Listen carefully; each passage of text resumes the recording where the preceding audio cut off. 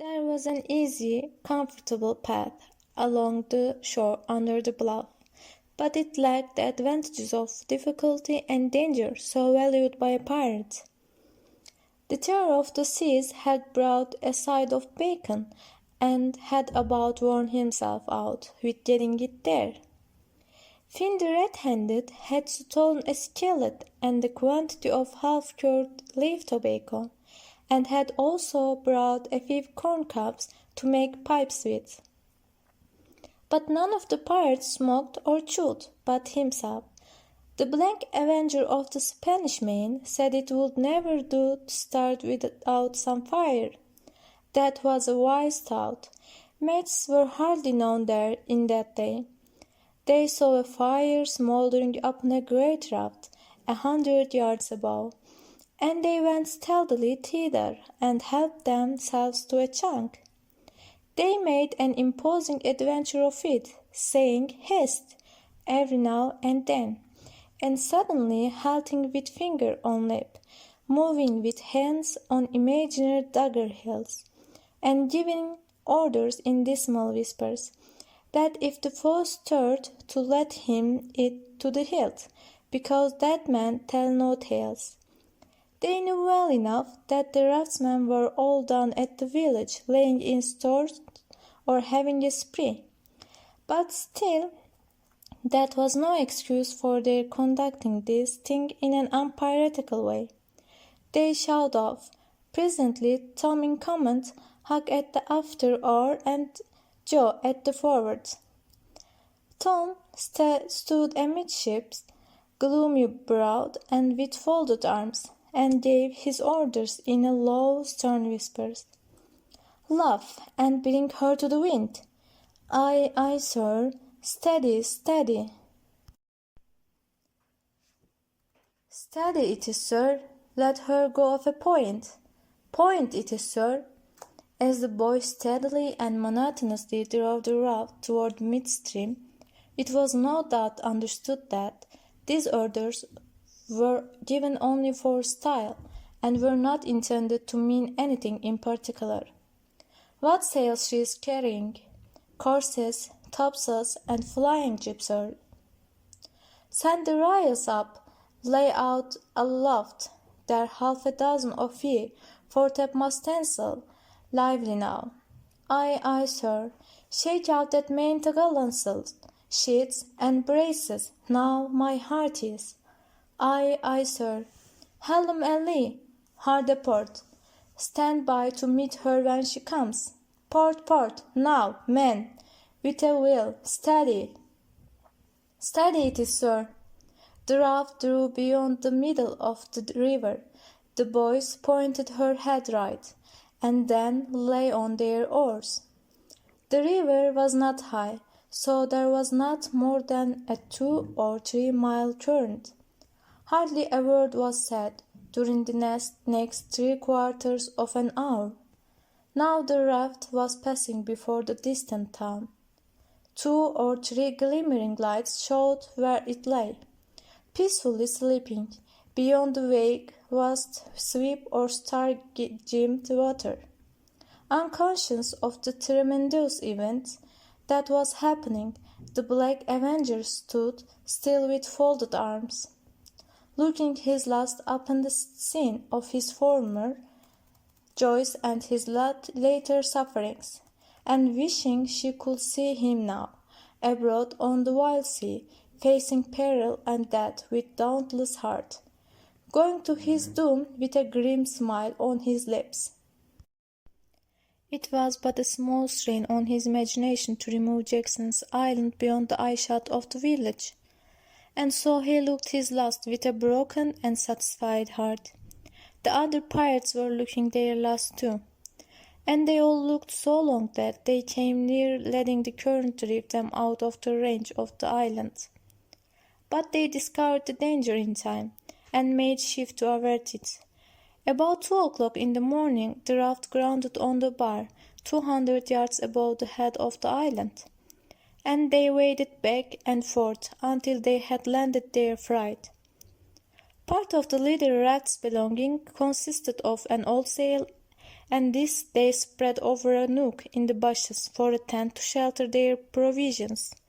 But they themselves would sleep in the open air in good weather, as became outlaws. They built a fire against the side of a great log 20 or 30 steps within the sombre depths of the forest, and then cooked some bacon in the frying pan for supper, and used up half of the corn-pone stock they had brought. It seemed glorious sport to be feasting in the wild, freeway in the virgin forest of an unexplored and uninhabited island, far from the haunts of the men. And they said they never would return to civilization. The climbing fire lit up their faces and threw its ruddy glare upon the pillared tree trunks of their forest temple, and upon the varnished foliage and festooning vines. When the last crisp slice of bacon was gone, and the last allowance of corn-pone devoured, the boys stretched themselves out on the grass, filled with contentment. They could have found a cooler place, but they would not deny themselves such a romantic feature as the roasting campfire. "Ain't it gay?" said Joe. "It's nuts," said Tom. "What would the boys say if they could see us?" "Say? Well, they'll just die to be here. Hey, Hickey." "I reckon so," said Huckleberry. "Anyways, I'm suited. I don't want nothing better than this. I don't ever get enough to eat generally. And here they can't come and pick at a feller and bullyrank him so." "It's just the life for me," said Tom. "You don't have to get up mornings, and you don't have to go to school and wash, and all that blame foolishness. You see, a pirate don't have to do anything, Joe, when he's ashore. But a hermit, he has to be praying considerable, and then he don't have any fun. Anyway, all by himself that way." "Oh, yes, that's so," said Joe. "But I hadn't thought much about it, you know. I'd a good deal rather be a pirate, now that I have tried it." "You see," said Tom, "people don't go much on hermits nowadays, like they used to do in old times, but a pirate's always respected. And a hermit's got to sleep on the hardest place he can find, and put sackcloth and ashes on his head, and stand out in the rain, and—" "What does he put sackcloth and ashes on his head for?" inquired Huck. "I dunno, but they've got to do it. Hermits always do." "You have to do that if you was a hermit." "Derned if I would," said Huck. "Well, what would you do?" "I dunno, but I wouldn't do that." "Why, Huck, you'd have to. How'd you get around it?" "Why, I just wouldn't stand it. I'd run away." "Run away? Well, you would be a nice old slouch of a hermit. You'd be a disgrace." The red-handed made no response, being better employed. He had finished gouging out a cup, and now he fitted a weed stem to it, loaded it with tobacco, and was pressing a coal to the charge and blowing a cloud of fragrant smoke. He was in the full bloom of luxurious contentment. The other pirates envied him this majestic vice, and secretly resolved to acquire it shortly. Presently Huck said, "What does pirates have to do?" Tom said, "Oh, they have just a bully time. Take ships and burn them, and get the money and bury it in awful places in their island where there's ghosts and things to watch it, and kill everybody in the ships, make 'em walk a plank." "And they carry the woman to the island," said Joe. "They don't kill the woman." "No," assented Tom, "they don't kill the woman. They're too noble. And the women's are always beautiful too." "And don't they wear the bully's clothes?" "Oh, no, all gold and silver and diamonds," said Joe, with enthusiasm. "Who said Huck? Why the pirates?" Huck scanned his own clothing forlornly. "I reckon I ain't dressed fittin' for a pirate," said he, with a regretful pathos in his voice. "But I ain't got none but this." But other boys told him the fine clothes would come fast enough, after they should have begun their adventures. They made him understand that his poor rags would do to begin with, though it was customary for wealthy pirates to start with a proper wardrobe. Gradually their talk died out, and drowsiness began to steal upon the eyelids of the little waifs. The pipe dropped from the fingers of the red-handed, and he slept the sleep of the conscience-free and the weary. The terror of the seas and the black avenger of the Spanish Main had more difficulty in getting to sleep. They said their prayers inwardly, and lying down, since there was nobody there with authority to make them kneel and recite aloud, in truth they had a mind not to say them at all, but they were afraid to proceed to such lengths as that, lest they might call down a sudden and special thunderbolt from heaven. Then at once they reached and hovered upon the imminent verge of sleep. But an intruder came now that would not down. It was conscience. They began to feel a vague fear that they had been doing wrong to run away. And next they thought of the stolen mint, and then the real torture came. They tried to argue it away by reminding conscience that they had purloined sweetmeats and apples scores of times. But conscience was not to be appeased by such thin plausibilities. It seemed to them, in the end, that there was no getting around the stubborn fact that taking sweetmeats was only hooking, while taking bacon and hams and such valuables was plain, simple stealing. And there was a comment against that in the Bible. So they inwardly resolved that so long as they remained in the business, their prices should not again be sullied with the crime of stealing. The conscience granted a truce, and these curiously inconsistent pirates fell peacefully to sleep. Chapter 14. When Tom awoke in the morning, he wondered where he was. He sat up and rubbed his eyes and looked around. Then he comprehended. It was the cool grey dawn, and there was a delicious sense of repose and peace in the deep pervading calm and silence of the woods. Not a leaf stirred, not a sound obtruded upon great nature's mediation.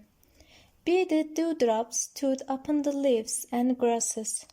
A white layer of ashes covered the fire, and a thin blue breath of smoke rose straight into the air. Joe and Huck still slept. Now far away in the woods a bird called, another answered. Presently the hammering of a woodpecker was heard. Gradually the cool dim grey of the morning whitened, and as gradually sounds multiplied and life manifested itself. The marvel of nature shaking off sleep and going to work unfolded itself to the musing boy. A little green worm came crawling over a dewy leaf, lifting two-thirds of his body into the air from time to time and sniffing around, then proceeding again. For he was measuring, Tom said, and when the worm approached him of its own accord, he sat as still as a stone, with his hopes rising and falling by turns. As the creature still came toward him, or seemed inclined to go elsewhere, and when at last it considered a painful moment with its curved body in the air, and then came decisively down upon Tom's leg, and began a journey over him. His whole heart was glad, for that meant that he was going to have a new suit of clothes, without shadow of a doubt, a gaudy piratical uniform. Now a procession of ants appeared, from nowhere in particular, and went about their labours. One struggled manfully by with a dead spider 5 times as big as itself in its arms, and lugged it straight up a tree trunk. A brown-spotted ladybug climbed the dizzy height of a grass blade, and Tom bent down close to it and said, "Ladybug, ladybug, fly away home. Your house is on fire, your children's alone." And she took wing and went off to see about it, which did not surprise the boy, for he knew all that this insect was credulous about conflagrations, and he had practised upon its simplicity more than once. A tumblebug came next, having sturdily at its ball, and Tom touched the creature to see it shut its leg against its body and pretend to be dead. The birds were fairly rioting by this time. A catbird, the northern mocker, lit in a tree over Tom's head, and trilled out her imitations of her neighbors in a rapture of enjoyment. Then a shrill jay swooped down, a flash of blue flame, and stopped on a twig almost within the boy's reach, cocked his head to one side and eyed the strangers with a consuming curiosity. A gray squirrel and a big fellow of the fox kind came scurrying along, sitting up at the intervals to inspect and chatter at the boys. For the wild things I had probably never seen a human being before and scarcely knew whether to be afraid or not. All nature was wide awake and stirring now. Long lances of sunlight pierced down through the dense of foliage, far and near, and a few butterflies came fluttering upon the scene. Tom stirred up the other pirates, and they all clattered away with a shout, and in a minute or two were stripped and chasing after, and tumbling over each other in the shallow, limpid water of the white sandbar. They felt no longing for the little village, sleeping in the distance beyond the majestic waste of water. A vagrant current or a slight rise in the river had carried off their raft, but this only gratified them, since its going was something like burning the bridge between them and civilization. They came back to camp wonderfully refreshed, glad-hearted, and ravenous, and they soon had the campfire blazing up again. Huck found a spring of clear water close by, and the boys made cups of broad oak or hickory leaves, and felt that water, sweetened with such a wildwood charm as that, would be good enough substitute for coffee. While Joe was slicing bacon for breakfast, Tom and Huck asked him to hold on a minute. They stepped to a promising nook in the river bank and threw in their lines. Almost immediately they had reward. Joe had not had time to get impatient before they were back again with some handsome bass, a couple of sun perch, and a small catfish, provisions enough for quite a family. They fried the fish with the bacon and were astonished, for no fish had ever seemed so delicious before. They did not know that the quicker a freshwater fish is on the fire after he is caught, the better he is. And they reflected little upon what a sauce open-air sleeping, open-air exercise, bathing, and a large ingredient of hunger make too. They lay around in the shade after breakfast while Huck had a smoke, and then went off through the woods on an exploring expedition. They tramped gaily along, over decaying logs, through tangled underbrush, among solemn monarchs of the forest, hung from their crowns to the ground with a drooping regalia of grapevines. Now and then they came upon snug nooks carpeted with grass and jewelled with flowers. They found plenty of things to be delighted with, but nothing to be astonished at. They discovered that the island was about 3 miles long and a quarter of a mile wide, and that the shore it lay closest to was only separated from it by a narrow channel hardly 200 yards wide. They took a swim about every hour, so it was close upon the middle of the afternoon when they got back to camp. They were too hungry to stop to fish, but they fared sumptuously upon the cold ham, and then threw themselves down in the shade to talk, but the talk soon began to drag, and then died. The stillness, the solemnity that brooded in the woods, and the sense of loneliness began to tell upon the spirits of the boys. They fell to thinking. A sort of undefined longing crept upon them. This took dim shape. Presently it was budging homesickness. Even Finn the Red-Handed was dreaming of his doorsteps and empty hogsheads. But they were all ashamed of their weakness, and none was brave enough to speak his thought.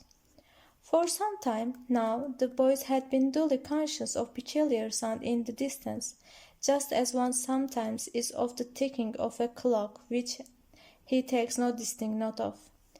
But now this mysterious sound became more pronounced and forced a recognition. The boys started, glanced at each other, and then each assumed a listening attitude. There was a long silence, profound and unbroken. Then a deep, solemn boom came floating down out of the distance. "What is it?" exclaimed Joe under his breath. "I wonder," said Tom in a whisper. "'Tain't thunder," said Huckleberry in an awed tone, "because thunder." "Hark," said Tom. "Listen, don't talk." They waited a time that seemed an age, and then the same muffled boom troubled the solemn hush. "Let's go and see." They sprang to their feet and hurried to the shore toward the town. They parted the bushes on the bank and peered out over the water. The little steam ferryboat was about a mile below the village, drifting with the current. Her broad deck seemed crowded with people. There were a great many skiffs rowing about or floating with the stream in the neighborhood of the ferryboat. But the boys could not determine what the men in them were doing. Presently a great jet of white smoke burst from the ferryboat's side, and as it expanded and rose in a lazy cloud, that same dull throb of sound was borne to the listeners again. "I know now," exclaimed Tom. "Somebody's drowned." "That's it," said Huck. "They done that last summer when Bill Turner got drowned. They shoot a cannon over the water, and that makes him come up to the top. Yes, and they take loaves of bread and put quicksilver in 'em and set 'em afloat. And wherever there's anybody that's drowned, they'll float right there and stop." "Yes, I heard about that," said Joe. "I wonder what makes the bread do that." "Oh, it ain't the bread so much," said Tom. "I reckon it's mostly what they say over it before they start it out." "But they don't say anything over it," said Huck. "I've seen 'em, and they don't." "Well, that's funny," said Tom. "But maybe they say it to themselves." "Of course they do. Anybody might know that." The other boys agreed that there was a reason in what Tom said, because in an ignorant lump of bread, uninstructed by an incantation, could not be expected to act very intelligently when set upon an errand of such gravity. "By jinks, I wish I was over there now," said Joe. "I do too," said Huck. "I'd give heaps to know who it is." The boys still listened and watched. Presently a revealing thought flashed through Tom's mind, and he exclaimed, "Boys, I know who's drowned. It's us." They felt like heroes in an instant. Here was a gorgeous trip. They were missed. They were mourned. Hearts were breaking on their account. Tears were being shed, accusing memories of unkindness to these poor lost lads were rising up, and unavailing regrets and remorse were being indulged. And best of all, the departed were the talk of the whole town, and the envy of all the boys as far as this dazzling notoriety was concerned. This was fine. It was worth while to be a pirate after all.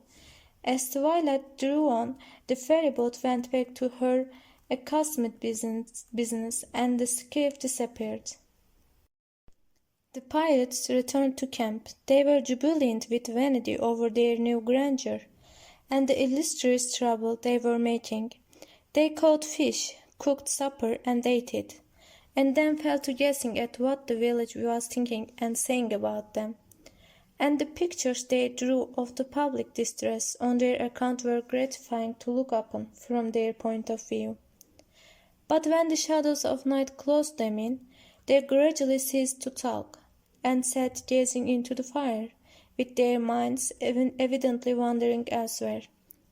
The excitement was gone now, and Tom and Joe could not keep back thoughts of certain persons at home, who were not enjoying this fine frolic as much as they were.